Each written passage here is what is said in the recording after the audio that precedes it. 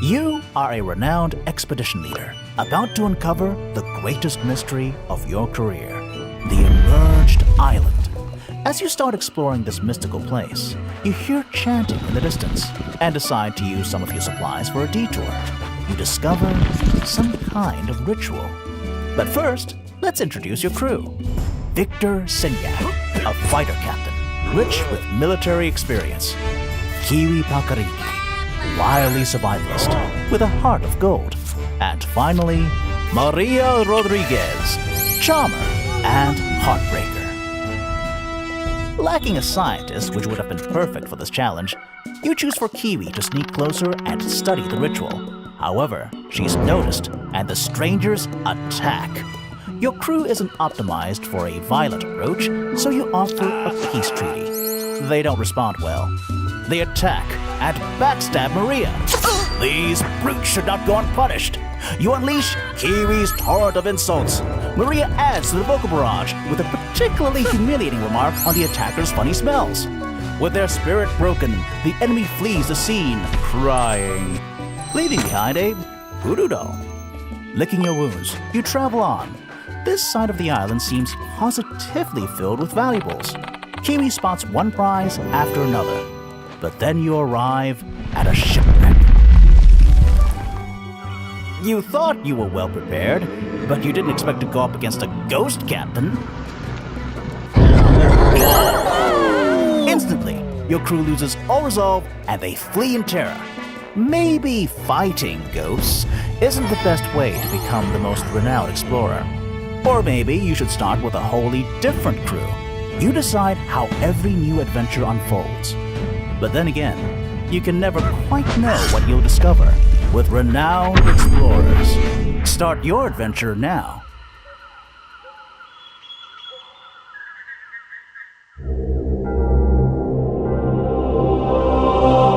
What's up, everybody? You are here on opnoobs.com. I am with Manuel from Abbey Games and, of course, the one and only Chris Kellogg from OP Noobs.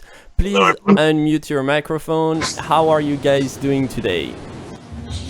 I'm doing fine, thank you. Doing very well. Just the end of the day here in the Netherlands. So. I love the fact that we get to see the studio behind you. It brings a lot of, it brings that extra spice to the interview. So thanks for doing that, Manuel. And thanks for accepting the interview. We're obviously delighted to speak to a studio like Abbey Game, the makers of Reus, who just developed and released a fantastic little game that we had the pleasure of playing for the past couple days, Renowned Explorers. So without any further delay, Manuel, we're going to have this interview and we're going to zoom in on yourself. Before we even talked about the studio and the game, we'd like to find out a little bit more about you. So, Manuel, who are you? And let's start with maybe what games do you play personally? Okay, so the type of game that my name is Manuel. I'm 25 years old. I live in Utrecht, I'm Dutch. I'm one of the founders of Abbey Games. The games that I love to play are StarCraft 2, mostly, Magic the Gathering as a non-digital game, and then there's just like a lot of indie games that I like to play.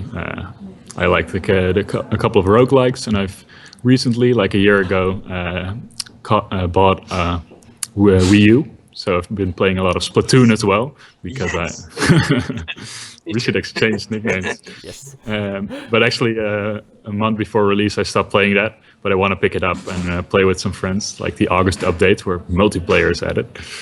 But that's me in terms of games. So StarCraft, that's a pretty competitive game, I'd say. You any good? Yeah, I think I'm pretty good. With my friend, we got into the Masters League at some point, 2v2, and on my own, I'm Diamond. So. Oh wow! Damn, I never got past the Gold League in 1v1s. That's as far as I can get. I think gold is good already, right? Yeah, it's okay. It's like silver, copper, and bronze below that. Yeah. I'm also a big fan of Blizzard games, but StarCraft is actually the exception to the rule. I play Diablo, I play World of Warcraft, obviously, and some Hearthstone, and I'd like to talk to you a little bit about that, Hearthstone versus Magic the Gathering, and your thoughts on it. But StarCraft is just the game I could never get myself to play because it felt like I was at the office in some of the most stressful situations every time I play. It's just the moment it starts, you don't have a second to lose, and you're constantly At the That's keyboard all- having a yeah. rough time.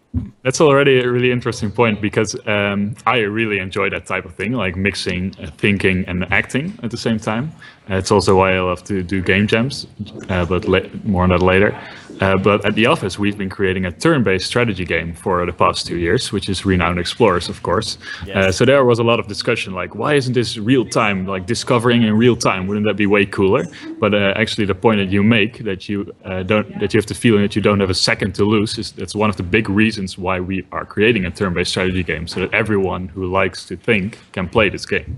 And we'll get to that because there's a lot to be said about what you just said. But if you're playing a lot of Magic the Gathering, you saw Hearthstone, and have you touched on that at all? And what I've are touched your it. I've even spent a little money on it for doing the arena. It's funny. Yeah, no, I liked it. I played it up until the first expansion. I'm not sure what it was called, but like up until that point. Behind me is Maarten. Hi. So you can ask him some questions perhaps a little later. We'll still be going for like another 30 minutes. Absolutely. I'm guessing Martin Wiedenhoff. Yeah, that's Maarten Wiedenhof walking away there. Martin. We'll talk about Martin. We have a lot to say about Martin. It's interesting that you mentioned that those are some of your favorite games, because I started playing PC games because of StarCraft, the first one, and I was 10 or maybe 9, and I was literally on an island with my family. And someone brought a laptop. I was bored out of my mind. And someone brought a laptop, and it had this game called StarCraft installed on it. And I had never really played a PC game before in my life. And Did you have internet connection there? No, I didn't. And this is the days of dial-up. So having dial-up on an island was especially not going to happen. And and yeah, I sat there for the entire weekend playing only on this laptop. And I've been changed ever since. So Yeah, awesome. I know the feeling, the StarCraft change that you go through. So, Manuel, what got you into game development? Tell us about your career trajectory a little bit, and why gaming? So it only started to being a career very recently, like right before we started development on Reyes. But I started on game development quite a little earlier. Like when I was 14, probably, I picked up GameMaker, which is now GameMaker Studio. And GameMaker actually was a lot of fun for me. I mean, I've played games before. Almost everybody in the game industry did that, although it's not necessary. Just tell me, by the way, if people are too loud. I'll just like shout over. Oh, so far so good. Or just do this and I'll. Yeah. So no, I played a lot of games, and I was really interested in how to create them. I remember like being like, do you know the game Tribes 2? Of course. Like a Yes, team-based love that shooter. game. Yeah, Yeah, so I one of played my that a lot. I had my first like clan experience in that game, but there was also a creative mod. You could build stuff, and that was why I got really interested in building things on the computer. And then I learned GameMaker, like the drag and drop interface, and later also coding. So I started doing all these small little projects. I even had my own game studio at the age of 15 with 2 of my friends. It was called The 3 Elements, and it was hosted on a .tk website, because that was free, of course. The 3 Elements. You can probably find it in the Wayback Machine. My name was Supermoon over there. And it was actually taken down by some like CIA notice. My friend who hosted it told me at some point, because the hosting was somehow illegal. I don't know. I didn't get into any trouble, fortunately. But then I did GameMaker, and I never really stopped that. I got into game jams, where I saw like the level of other people's self-created games. And at some point, I thought I did my bachelor in artificial intelligence, because I didn't think games would be my career trajectory. But then when I did my master's, there was a game and media technology program, which was actually not that far away from my studies. I already like computer science a lot. Within my bachelor's, and there I met a lot of people that were actually seriously thinking about going into game development. And in the Netherlands here, there's actually a lot of academic studies into what is called like education for game development. So right now there are a lot of students that are being taught how to develop games, even when I was in the master's program. So a couple of guys around me thought, it's probably a good idea to start our own studio. It's super hard to find a job, so it's probably way easier to start our own studio. So that's what they did. Of course, it wasn't easier at all. Right around that time, I was in Denmark for my studies. But this guy here, walking behind here, it's Bas. We see. And Adrian, they actually thought, okay, we're going to create this game called Reyes, and we're going to use it to prove to the world that we can develop games, and we want some people around us to help us. And that's how Abbey Games started, and my career in games as well. So what do you do at Abbey Games? Outside of just talking to guys like us. Yeah, no. So I mostly do what this guy here is doing as well, gameplay programming. So I open up the... Yeah, I'm talking about you, Rutger.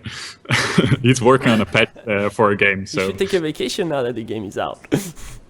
Sorry, what? He should take a vacation now that the game is out. It's probably a good, a good week for you You know, guys. maybe play it a little bit. We played it a little bit. We played it a little bit. But he's working on a patch right now, and he's actually going to take 1 or 2 days vacation later on, or more. So mostly gameplay programming. Right now at the release, I'm just trying to tell lots of people about the game. So thanks for inviting me. And also we try to, like as one of the founders, I have to think about a couple of things about how to run the studio. But my main passion is the programming. So can you tell us a little bit, can we get techie here, and can you tell us a little bit about the hardware and the software that you guys use to develop the games? Yeah, sure. So back when we made Reyes, we did it in XNA, which is like a game engine that's no longer supported by Microsoft. We programmed it a little bit on ourselves, then we used C#. But we had it was a stressful thing to port the game to other platforms like Mac and Linux. So we decided to start working on our own engine called Abbey Core for our latest project. It's being programmed by two of our main programmers and actually by 4 people. Let me just turn the camera and you can see the place. They're behind glass because they're very hardcore. And I'm working there in the back. They're also working on a patch. So they're creating the engine in C++. And it's like what they did is insane because they got like a 3-month head start to create the engine. And after that, we had to start development on Renowned Explorers. So they got that 3-month head start, produced the thing that we could first create graphics with, and then we just started creating the game. So that was like an insane situation. But in the end, we released the game with that.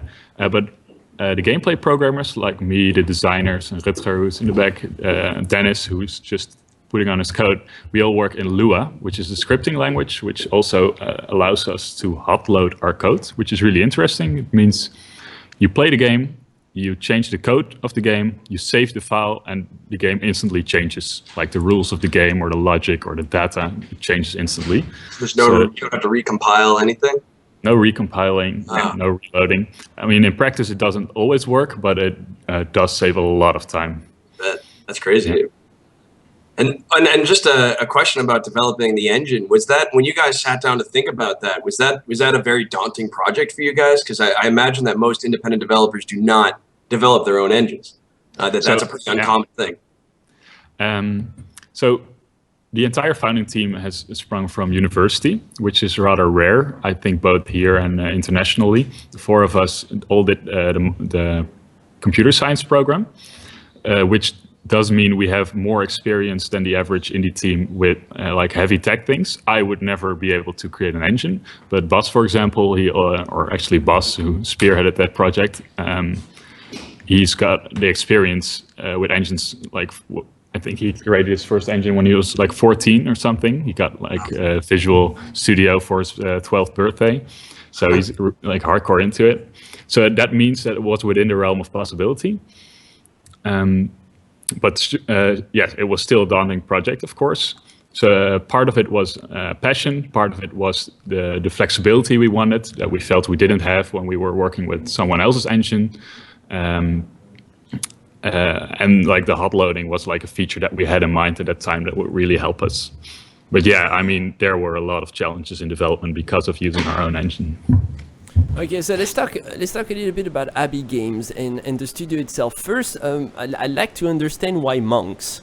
The first thing that appears when you go on your website is the fact that, first of all, Abbey Games and monks. Why monks?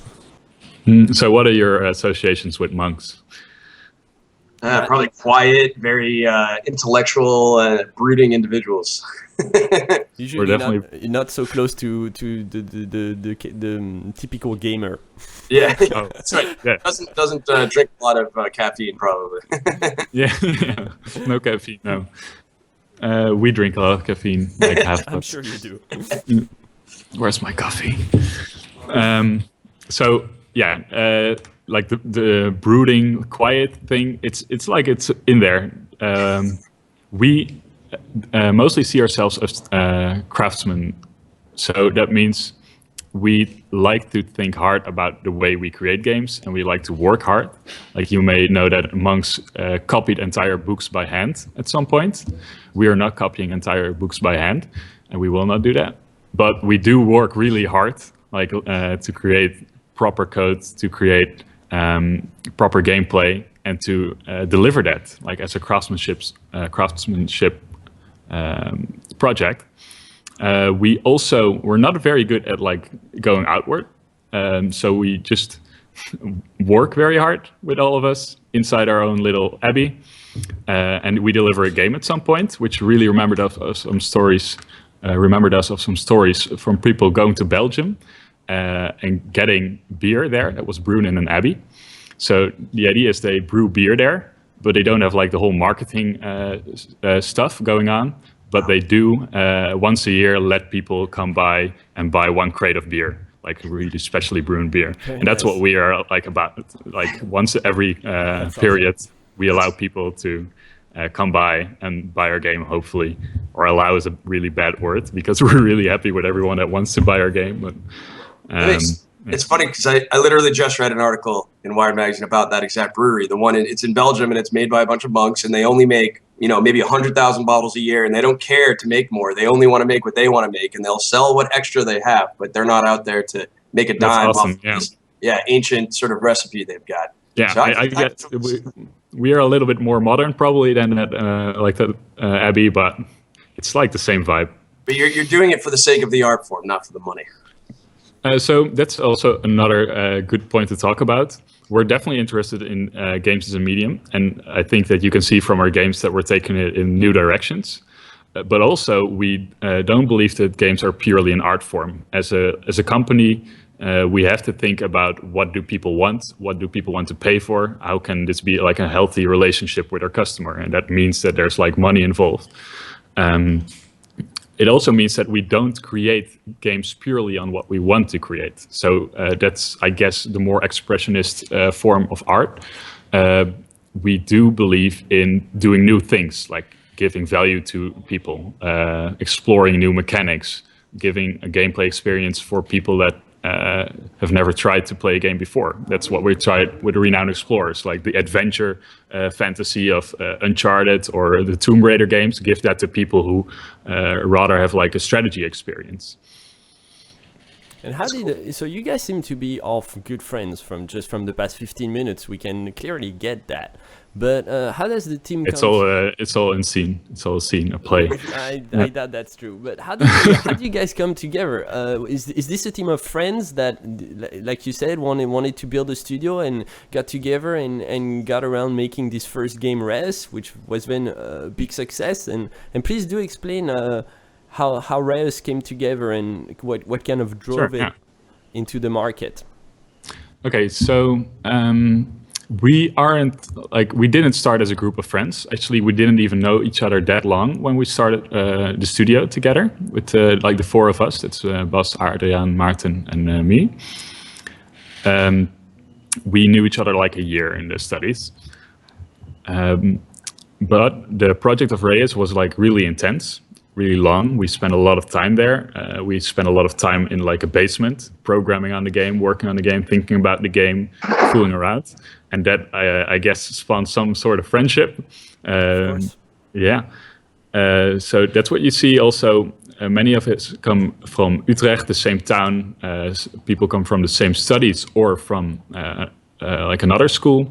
We're all about the same age. So I think like the youngest interns are probably 18. We've worked with one 17-year-old, and then the oldest person around is 26. So that's like a small range of ages. I guess that really helps. We have like this door over here. It leads to a room that's just there for having fun, like playing a game, playing board games, that sort of stuff, eating food. Of course. Yeah. But during Reyes, we just worked a lot. We started with the 4 of us, and we gradually understood that we needed more people to create that game. The 4 of us, we thought we were 2 programmers, an artist, and a designer, but actually we were 4 programmers, and we actually needed artists, and we needed a designer. So we got that on the board. We got that on board. And it slowly grew, and we didn't have money at the time, so the 4 of us just put down 3,000 euros each. That's a budget of 12,000 euros that we created Reyes on. Oh, wow. Or Reus, like we say it in the Netherlands. And so that means that we couldn't pay a salary, not to ourselves, not to people that wanted to work with us. So the only thing we actually paid out was office rent, computers, and some like transport costs for some people. That means that everyone was invested in the project, either with their own money or by having a study on the side, so that the government could like pay them a study loan, or their own freelance jobs on the side. That means that people only worked on the project because they somehow trusted that it would go to sell in the end. And I guess that's also like a sort of relationship that you form with the team. Like, this game is only going to succeed if we work hard on it together. So we all had the same stakes. Yeah. And who brought everybody together? Was it Adrian? So Adrian and Bas already worked with artists on the HKU, which is the Utrecht School of Arts. They knew people from there. They knew that we had to get our artists from there. So that was where they started finding people first. Then Adrian also got 2 people from his hometown to work with us. So yeah, he brought in a lot of people. But from the studies, we also got some people, especially a good friend of Bas as well. Yeah, just like people close to us. Like How long did it take to develop Reyes? I don't actually exactly know. I think 2 years. Yeah. Okay, that's a good chunk of time. That's for a first game. That's solid. I'm going to jump in for a sec, Fred. Sure. I just had a question for you. So you're talking about pulling all these team members together, and you're trying to figure out how to fund essentially a project where none of you are going to get paid. So and I know that the first game, I'm guessing this for Rouse, this happened sometime in 2012, 2011 maybe. And what allowed you to take that sort of leap of faith into knowing that you're sinking all of this time and all whatever little money and resources you guys have left, you're sinking all of this into one project? And obviously that takes a huge amount of faith in that this is going to work. What gave you that faith, if anything, to take that leap? Okay. So that's probably maybe it was ignorance, or maybe it was like stupid belief in that project will work. But what we knew from the start was that we were creating a God game. Reyes is a God game. Some people would argue against that, but it definitely is like has that feeling of power and like taking care of your civilization. And that's something that all of us missed in the games that we played. So Black and White was probably the best example of the most recent God game.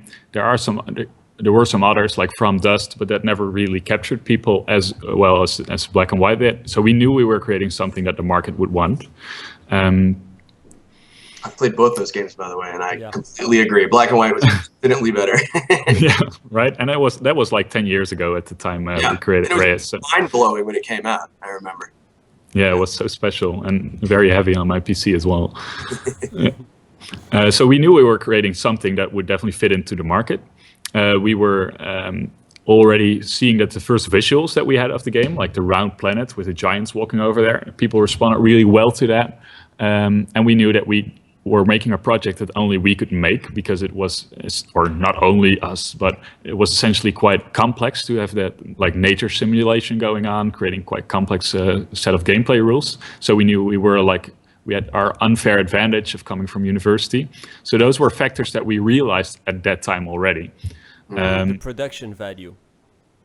Well, also that we were an indie team that was going to work on a game that's like, if we paid ourselves salaries, that would probably be like $250,000 budget, or even more if we had like a salary that would be normal. So yeah, there was a lot of differentiators that we had.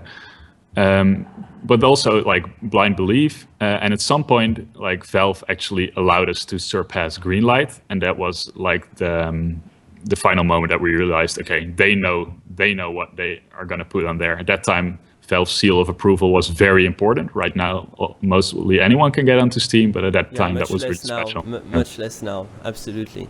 Yeah. And I'd love to get into that, but if we did, we probably wouldn't. We probably wouldn't approach what we're here to talk about, which is the game. Oh, right. So let's get into it. Renowned Explorers, that comes out. You're getting very positive feedback. I'm sure everybody's happy. We've played it ourselves. It's a great little game. I got stuck on it this morning and lost miserably. If you look at the stream, that's me playing, and I'm ashamed of it. But first and foremost, why the name? Why Renowned Explorers International Society? There's something there. There is definitely something there, and for one part, that's a really long title. Renowned Explorers International Society, which people tend to forget, which is why we renamed it to, or not rename it, but we tend to call it Renowned Explorers ourselves. Well, it's what the game is about. You're an international society of renowned explorers. So that was my pitch at some point. Renowned Explorers International Society is a game about an international society of renowned explorers. That says it all. Self-explanatory. Yeah, no, but we want the game to feel like you're part of a group of really exclusive, really masterful explorers. So we want to communicate that. We wanted to communicate the fact that you got famous in the game. So renowned explorers. I don't know how many people know the word renowned. I wasn't very familiar with it. I mean, I'm from the States, and people will get it here without question. Yeah. Good. So let's hope that non-native speakers get it as well. I think of Indiana Jones, which I think is where you're heading with that a little That's bit. exactly the trigger that we want to have, but we couldn't call it Indiana Jones Explorers because It seems that you guys did a real study on cultures too. I mean, and it's humoristic. I'm French, for example. I'm in the US, but I'm French, and this morning I encountered the French explorer. He's a little bit cocky, but he loves the women. He's trying to impress them. It's funny. So how much research actually went into portraying those cultures with a touch of humor? Yeah. So I mean, I guess there are a few. It wasn't ever. We had the goal of putting down a lot of great characters, setting a lot of great characters into the game, have the game being about their personalities. But a lot of things got in there just because of the people who work here as well. So Peter, for example, is one of the artists. He really loves character design.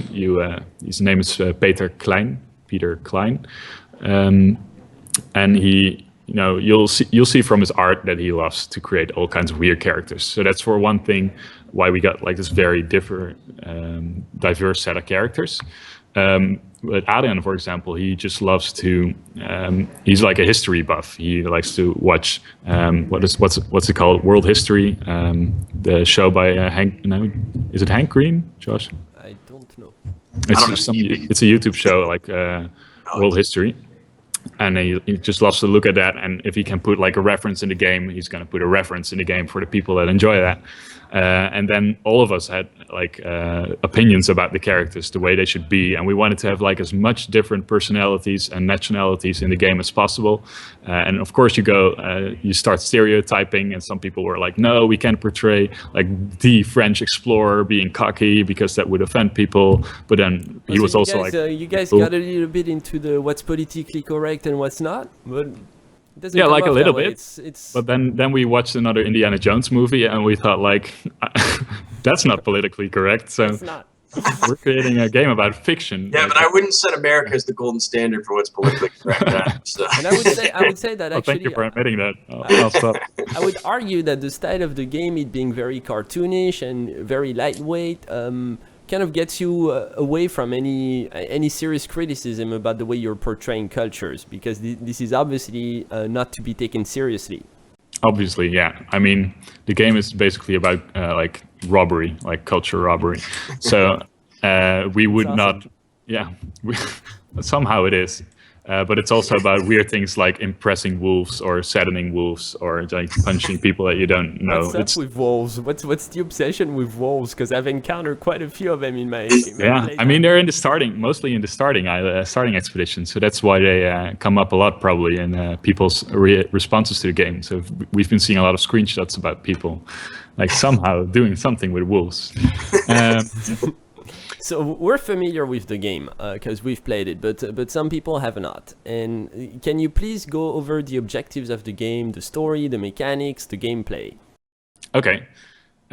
So you're trying to become the most renowned explorer in the world in this game. It's about like the 19th century, like a fictional 19th century, and you're an expedition leader, which means you get to select a crew, and there's a lot of crew members to select from. So that's actually a really important choice you will see in the game. And then you travel to the far ends of the world to go on expeditions and find legendary treasures. And you return to the International Society with those treasures and somehow use them to become famous. That's either by becoming really rich or really like science heavy, like an academic, like Charles Darwin, or just really famous, just like boast all of it, just bluff your way through it. So that's your goal. But then when you're at these expeditions, there are a lot of challenges, and these challenges are very wide. So they range from like combat encounters with wolves to like somehow having to convince the locals to give up their treasure somehow, or just like climbing a mountain. We put that in like a story form. So you have these stories with your characters, and the characters really influence the story. But also, like the most unique feature probably about the game is that every tactical encounter is also a conversation. So rather than just going around flanking people or punching people, you can also keep friendly, non-violent all the time, or mix it up. So you would actually have like an impress attack, but it's just like an utterance that would impress someone. But that would better be assisted by visuals, definitely. And then you, like at the end of 5 expeditions, you see whether you're elected as the most renowned explorer of the world or not. Nice. There's a lot of similarities I personally found with Civilization. Obviously, the way the mechanics work out. Is that a game that inspired you somehow? Well, I played Civilization for about 1 hour. So I couldn't bring too much from it. But this guy, I think almost as much as Civilization, it's like a board game, right? Like a hexagonal board game. And I'm getting the sense there's a lot of influence of that kind of more board game mechanics in the game a little bit. I don't know. I mean, that's just from my personal, some of the more complex games that are out there, you are moving around from tile to tile and you have different sort of encounters. And I don't know, that's just some of the influence I saw. Maybe it's a coincidence because RPGs tend and exploration games and board games all tend to borrow a little from each other. So I guess most digital games lend something from board games at some point, but our game is heavily inspired by Civilization as well, but also a game like FTL or XCOM, which all have their board game inspirations. Yes. right, I can see that. And as soon as you go turn-based, you have like the tile feeling to it. And we played like Tales of Arabian Nights, but that's like an influence that's more on the story, like the way the characters develop. Do you know that game, Tales of Arabian Nights? I've heard it, but I haven't played it. Yeah, it's a brilliant game. It's like a board of the world, and it's about the tales of like the book of 1001 Nights.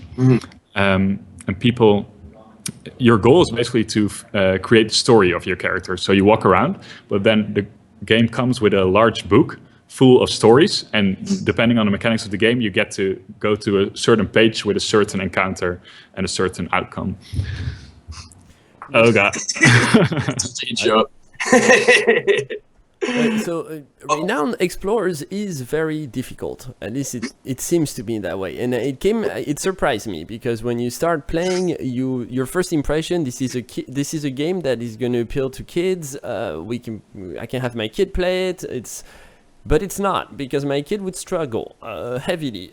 I've struggled myself in the first hour. Was that a central focus in designing the game during the conceptualizing phase? Did you want it hard that way? And do you feel like you've reached that challenge? Well, difficulty is has not necessarily been an objective for us. But strategy was. So we at Abbey Games want to create games for people that like to think. So we're not going to create like a reflex game or an action game, at least not at this point. Like I said earlier, we want to make an adventure game that's there for people that want to think a bit, at least a bit. But also, our art style is meant to pull in more people to the game. So we think that Renowned Explorers is a game that, for example, could be played by your friend that only plays The Sims, or your friend that only plays board games. They might be into the game as well. So that's why we also have like the really nice visuals. At some point we realized, hey, the way this is cartoony, that might actually appeal a lot to children as well. But we already had so much text in the game and so much mechanics that it probably would be kind of difficult. Then again, don't underestimate kids of this century because they're so smart about playing games. And I think when it comes to strategy, it's almost surprising the appeal that the genre has on the gaming society as a whole. I don't think anybody expected the Minecraft phenomenon to take place this way. Gamers are looking for a creative outlet through this hobby, and I think Renowned Explorers in many ways meet that expectations we have. Thank you very much. Yeah, like one of the goals we hope to achieve is that people start being creative with this game. And if I look at the screenshots on, for example, the Steam community, like people just like having certain stories. So I'm really looking forward to more of the stories. That's a perfect transition to the next question, which is how happy are you with the reception of the game? And are you looking at community behavior now that the game is available? What would you say about it so far? Yeah, so when I'm not in front of the camera like him now, I'm mostly looking at community response because there's a lot of it. People really, they buy the game, start up the game, and play for hours. We've had persons that have played for 14 hours, even though the game is out for how long? Like 70 hours or something. So I guess they're missing some sleep at some point. Actually, you could sleep for another 50 hours, but they and they've been typing up stories and Steam reviews. They're looking really great, and we try to respond. There are always issues, of course, as well. We try to help people with that, but we think that Renowned Explorers is here for the long run. So people can play it for a long time. If we put in some extra content, which we're planning on, then they can actually play it for even longer. And it's like Civilization. Like I said, the designer has a lot of inspiration from Civilization. You can just like go back to it time after time, create a new story of world domination, or in our case, world exploration. And even though your reception is mostly very, very positive on Steam, has the community expressed any criticism towards the game that maybe you hadn't seen during the development stage, and that might have you rethink some of these elements in the game? So in the past 2 weeks, like when the game really was like final, we put it in front of like everyone we knew and everyone we didn't know, and we got so many responses to the games already that made sure that we knew about every possible response. I mean, it might sound a little bit cocky, but every criticism that we see now in some form stems from one we already saw, but only now we can quantify it, see like, oh wow, a lot of people think the game is too difficult, even though we thought it was exactly the right difficulty. So, for example, one thing we're thinking of is like adding into more difficulty settings. Because some people like it is now, some people want it harder, some people want it easier, and that's definitely like a criticism that we get. It also fits the roguelike elements of the game, but that's what we're talking about right now. Another criticism is like high scores. Are you going to put in high scores? it's probably a good idea, competitive but we couldn't. aspect. Yeah, we couldn't do everything before release. At least if we wanted to hand out a polished game as well. Well, a lot of small things that we can fix right away. So Rutger has gone home now, but he was actually fixing like a lot of small issues that people had. We already did 3 patches since release. No crisis patching, but like just fixing small things that people would like. Hats off to you guys, because at least for my experience, the game runs very smoothly. No bugs I detected. Looks gorgeous. Okay. Pretty. So congrats. That's very good to hear. I'm very glad. Yeah. And have you, I'm sure all developers face this, but I feel like it's worse for independent developers. Do you get that one person who goes on Steam or goes on Metacritic and just trashes the game for things that are just completely, unimportant, or also, other, just like criticism that's not even fair? Claiming, like, I've seen people complain, almost like trolling. They're complaining about 3D graphics in a game that doesn't have any. Like, do you encounter that kind of ridiculousness? Well, we know about that sort of criticism, and with Reus we had our fair share of that, because 800,000 people have that game, so they're bound to be like those kind of persons in there. Renowned Explorers, somehow, like the first 24 hours, all our reviews were positive, literally all of them. And when people started to talk trash about the game at the community forums, actually people were jumping in like, yeah, it might be like really hardcore, but have you thought about this? And hey, this, and the developers tried to do this. They already mentioned this over there. So between us being very present and other people, like also from the beta stage, liking the game, the atmosphere is really great actually at the forums right now. But yeah, I mean, there's always going to be one person that's gonna like add a negative review for no reason. Of course, it's the internet. It's the internet, correct. So what were some of the most difficult challenges that the studio faced in making the game, and how did you guys overcome these? Okay, I have one on mind. That was actually already at the start of this project. So I told you that Ray started out with the 4 of us, and it gradually grew. So we had a team of like 16 people working on Race at the end, and we had success, so we could build the studio. We could continue. That meant that the next project we would start with all those 16 people on board. We switched it up a little bit because we didn't promise everyone to like work on the next project. Not everyone wanted to work on the next project, but it stayed more or less the same group. That meant that we had to have a lot of work for people right at the start. We thought like, okay, so we have 16 people and we have to make sure that everyone has work to do, that everyone can do what they want, that we all have ownership of this product. And that meant that we like rushed headlong into working on our next game. And we made a few choices right at the start that were really hard to come back from. So in the end, that like frustrated a lot of development because we didn't have a proper pre-production phase. And now we thought like we need a proper pre-production, just like start working on the prototype first with a small group of people and only then go into production. Lesson learned. Yeah. And the milestones, when and why throughout development, you guys popped out the champagne? Oh, did we pop out champagne at some point? There must have been some celebration. I mean, you guys have been working on this for 2 years. It sounds like you've been working your butts off too. Oh, we popped champagne at the release, definitely, for sure. For sure. But That was before that, so we gave out a build for Gamescom at some point, which was pretty awesome to have that. But you have to think about the type of games we create. There's so much elements in there that the real core loop of the game, like going onto an expedition, coming back in the world map, going on another expedition, it only comes together really late. So probably about like 70 to 75% of the project.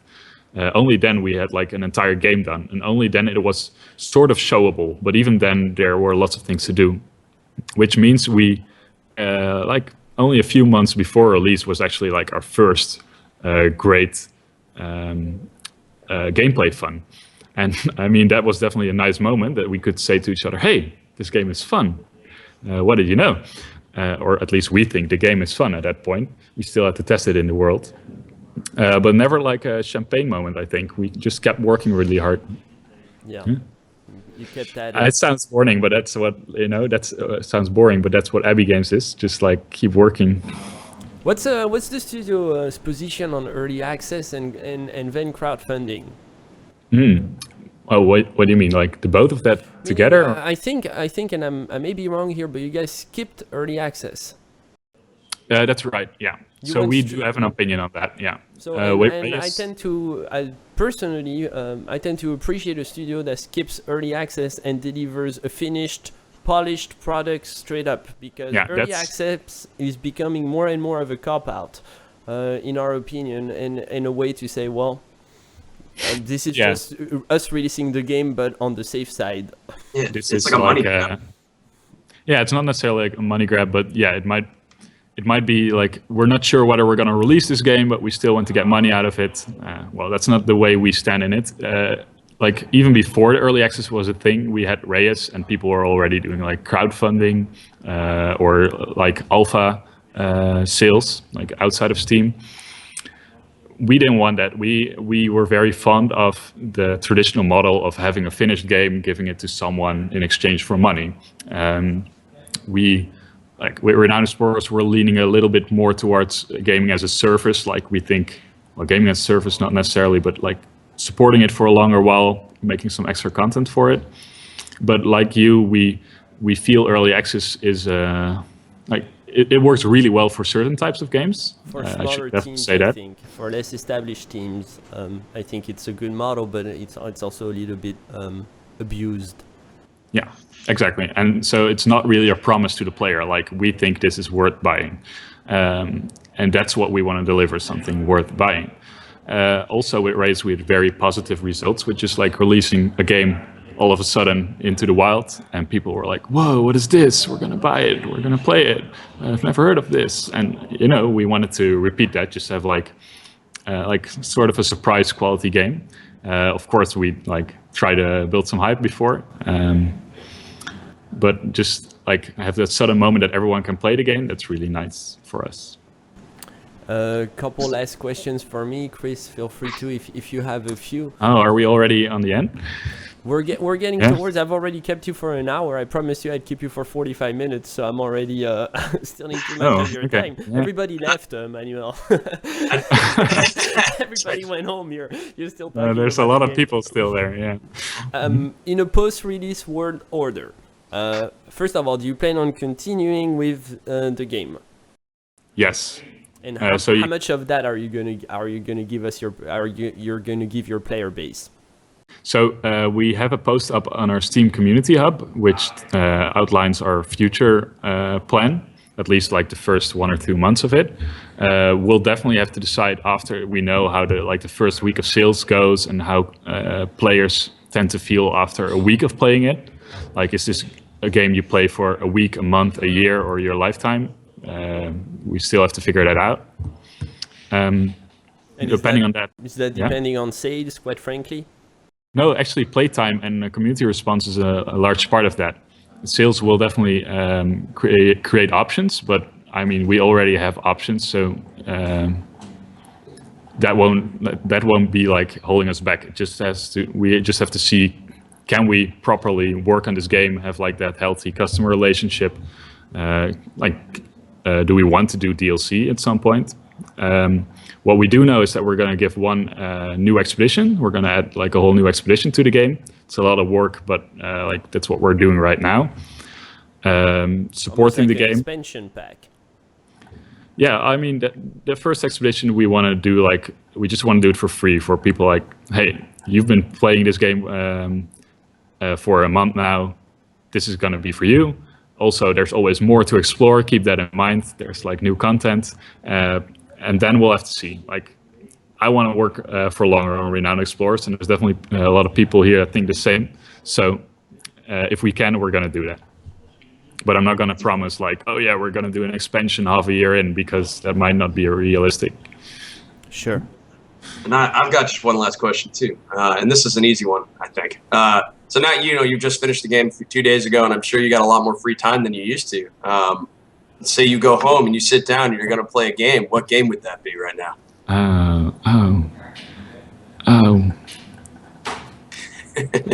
Maybe it was the hardest question.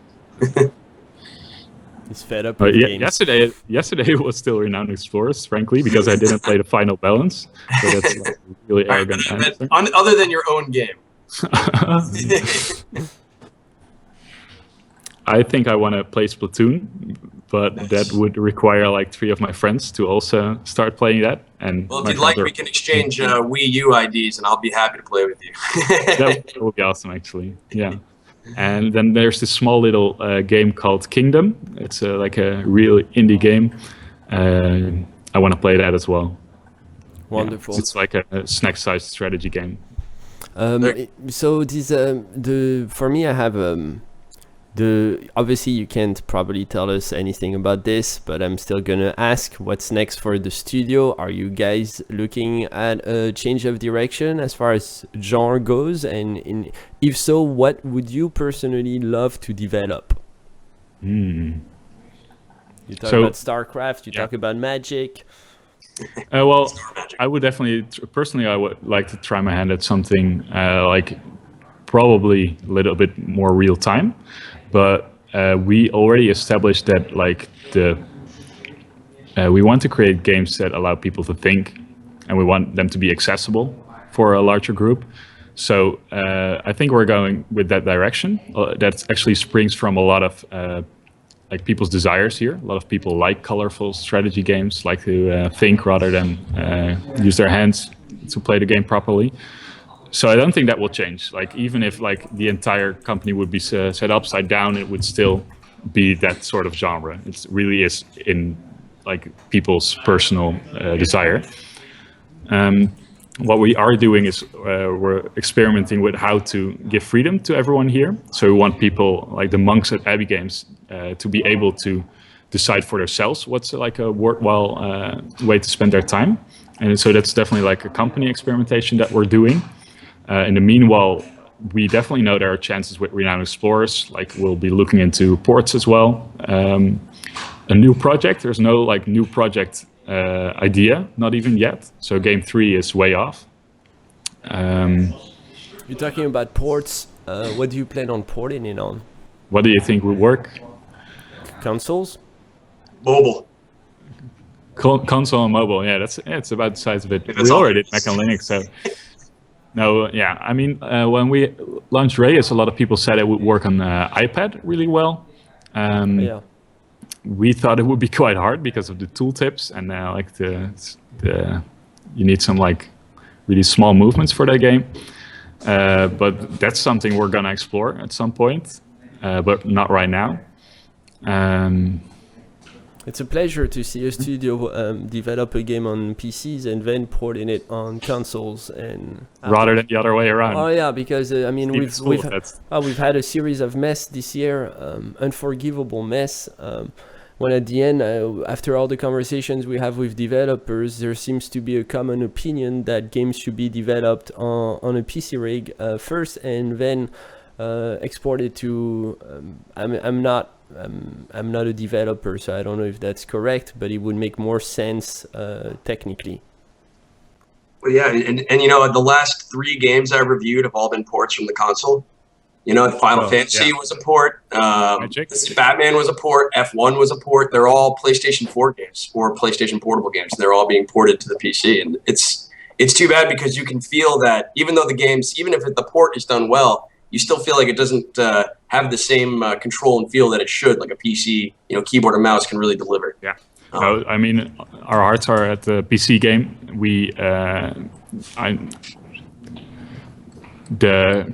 Like a console port, I think it would be interesting because we've seen that XCOM could do it, so we might also be able to do it, but it's not like the first thing that comes up on our minds. So we know that our audience is definitely in Steam, which is of course very PC focused, but we'll have to see what gaming in the living room is going to do. And then, you know, maybe it will be really normal to not make any difference between the two anymore at some point when everybody has their like Steam box under their television. Let's hope so. Let's hope that the Steam box be successful, because it'd be a huge breakthrough for PC gamers. And you know, they're gonna put Windows 10 on the Xbox One, so you never know. Interesting. Okay. Manuel, we want to thank you for taking the time to do this interview. We're delighted to have had the chance to talk to Abbey Games. We're going to distribute the keys you so nicely gave us to people in the chat room randomly.